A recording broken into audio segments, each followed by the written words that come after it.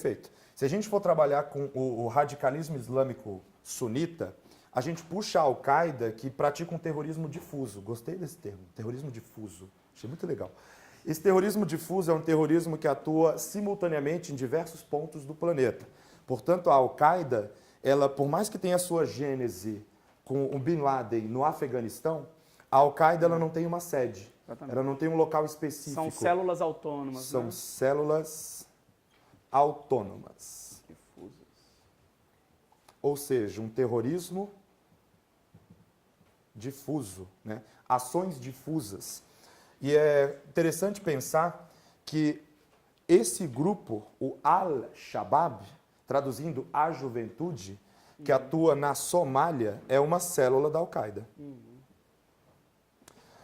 Boko Haram, que recentemente declarou fidelidade ao Estado Islâmico, presente na Nigéria. Estado Islâmico que hoje, geograficamente, atua no Iraque e na Síria. Por que eu digo geograficamente? Porque o Estado Islâmico, isso é algo que o Enem pode cobrar de vocês. O Estado Islâmico, ele se opõe à globalização cultural, se opõe aos elementos da globalização, mas utiliza alguns desses elementos para difundir o seu radicalismo, Exatamente. a internet, e utiliza também a internet para captar recursos e cooptar novos combatentes. A publicidade deles, eles têm publicação em 5 idiomas. Uma coisa surreal, assim. Tem um menino de Formosa que foi para o Estado Islâmico. Era vizinho de uma colega minha lá. Tipo, Ou seja, geograficamente, Iraque e Síria. bomba de piqui, isso é uma parada assim. Né? Tem espinho. Pá, pá. Terrorismo alimentar, né? Tá gravando, né? Essa foi boa, foi boa. Fala aí, Katsu. Foi boa, né? Massa demais. Então, a atuação geográfica, Iraque e Síria, mas a atuação em nível global por conta desses mecanismos da internet. Então, o Enem, ele pode trazer para vocês aquela revolução técnico-científica e informacional que apresenta o avanço da robótica, o computador, a internet, o celular, os cabos de fibra ótica, ou seja, elementos que favorecem, que aceleram os fluxos imateriais, fluxos de informação, fluxos de capital. E o Estado Islâmico se apropria desses elementos, por mais que ele seja contra a globalização, ele usa isso a seu favor. Então é um grupo que atua hoje em nível global, mas geograficamente está ligado ao Iraque e à Síria. Só um minutinho, só para eu fechar esse raciocínio. E o Talibã, que foi retirado do poder com a invasão norte-americana de 2001, até hoje tenta voltar ao poder no Afeganistão, mas a presença de tropas norte-americanas no país dificulta o retorno do Talibã ao comando do país. Comentários? Não, tá beleza. Não? Perguntas?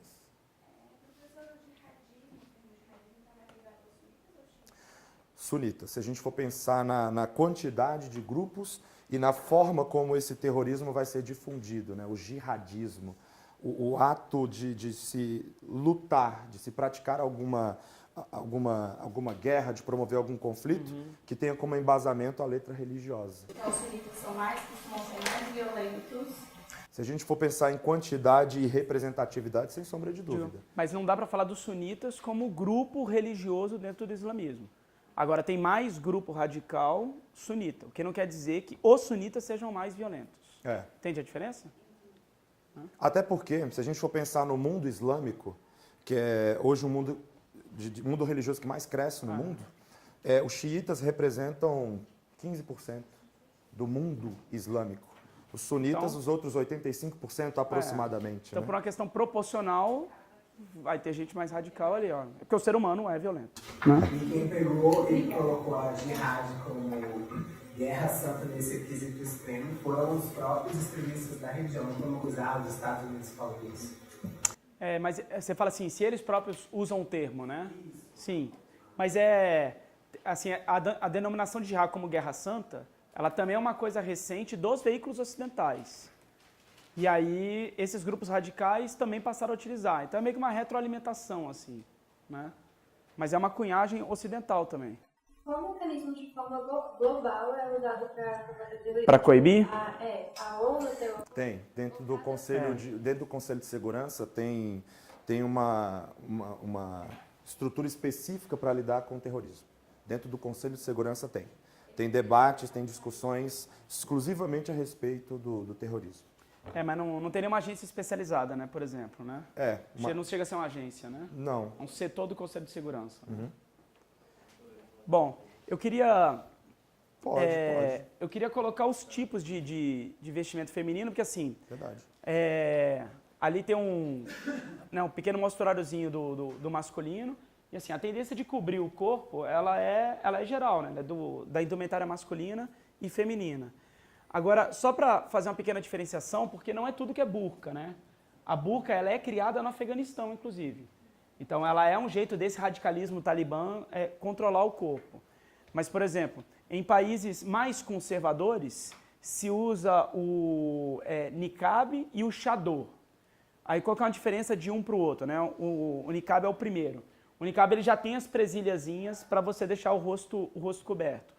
O chador ele não tem presilha nenhuma, é a própria mulher que, né, faz a cobertura, né, com a mão e tudo mais, mas ele não tem nenhum artifício fixo assim de cobertura.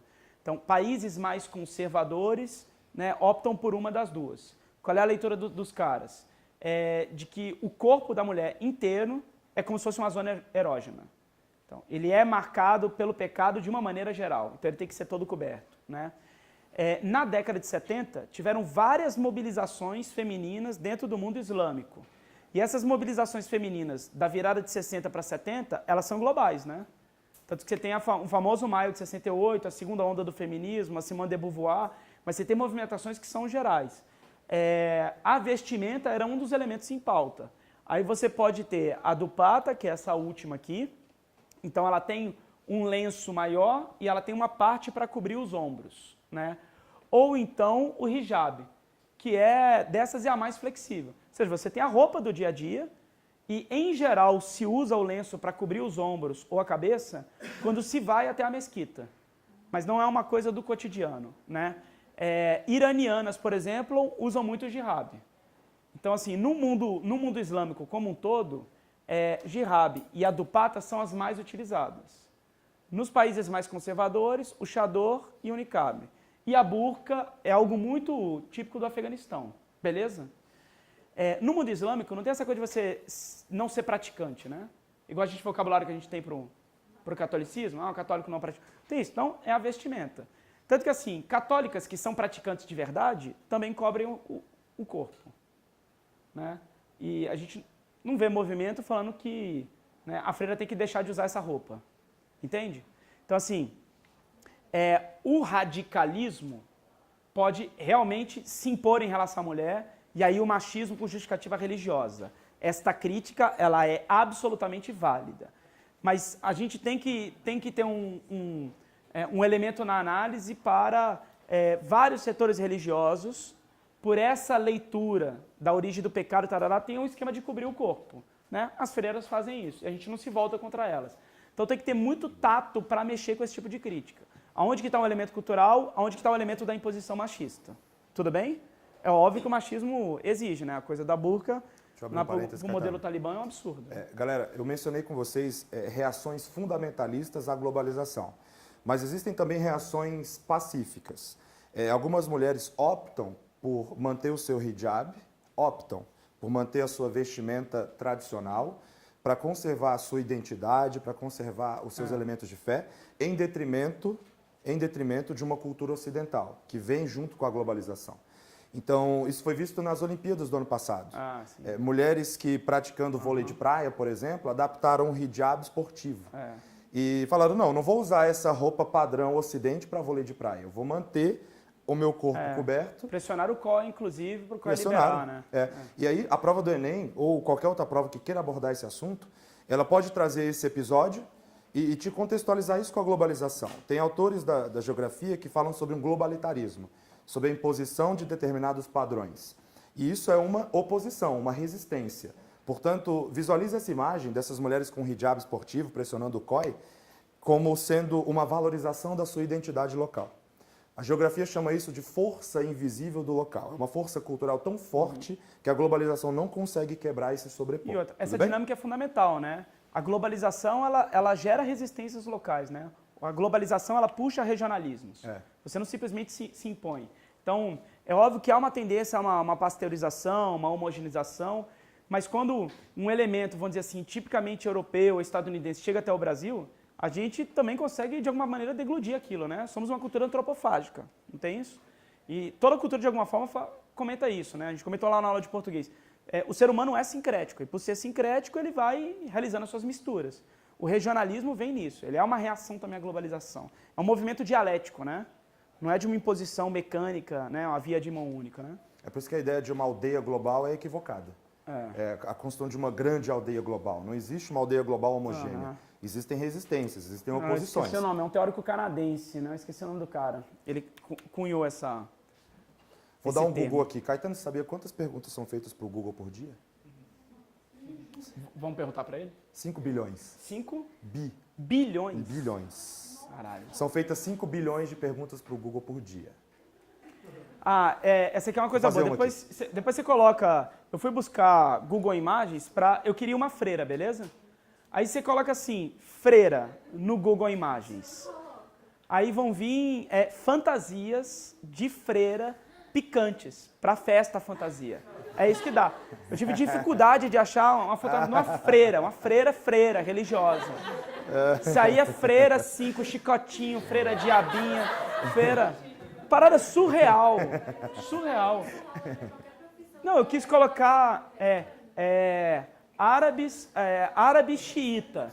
Não, parecia terrorista. Árabe sunita, muçulmano sunita, parecia terrorista. Não, cara.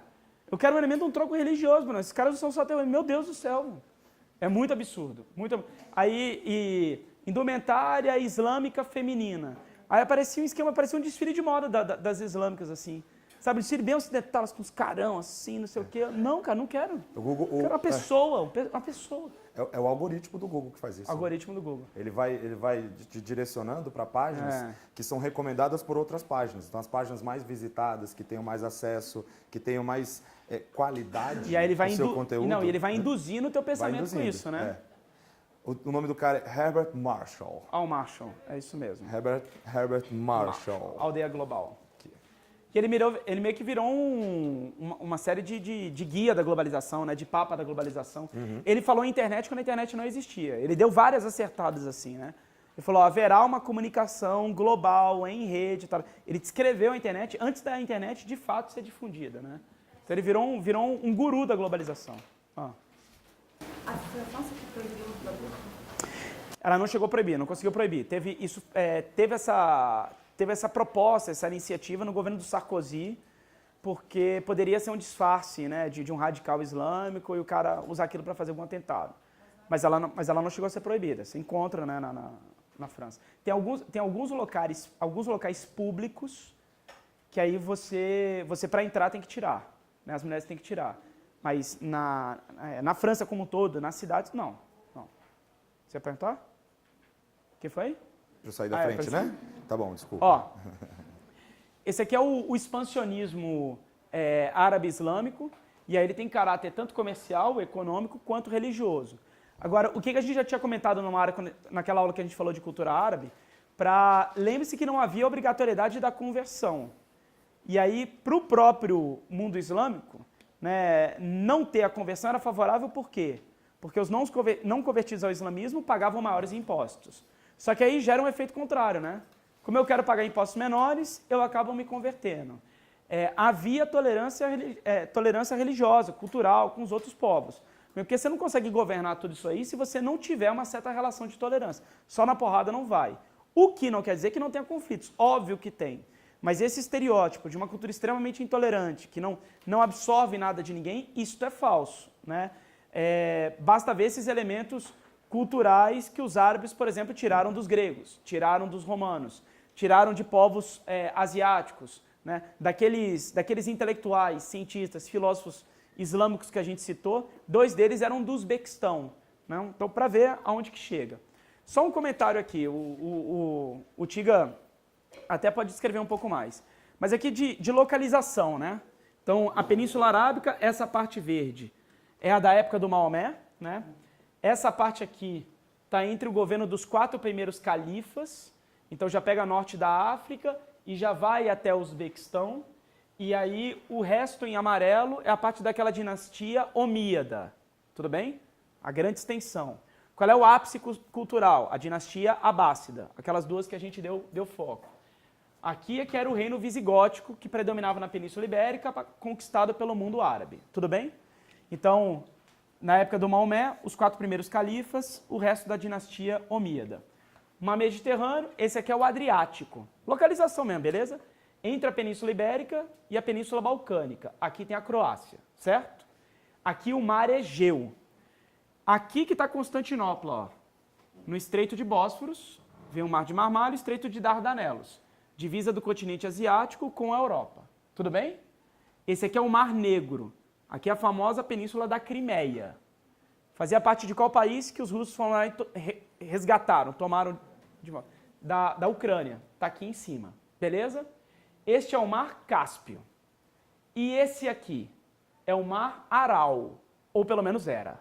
Né? Lembra? Porque quando eu estava fazendo essa pesquisa de mapas, alguns mapas que eram mais atuais, não tinha mais isso aqui. E aí eu ficava olhando, mas está do lado, tá ali depois do Cáspio, mas nessa imagem tem, no outro não tem. E aí, efetivamente, ele secou. Ele era isso aqui e está isso aqui agora. É considerado um dos maiores processos de desertificação, né, de mar recente. 1960, 2009, tudo bem? Cazaquistão aqui, Uzbequistão.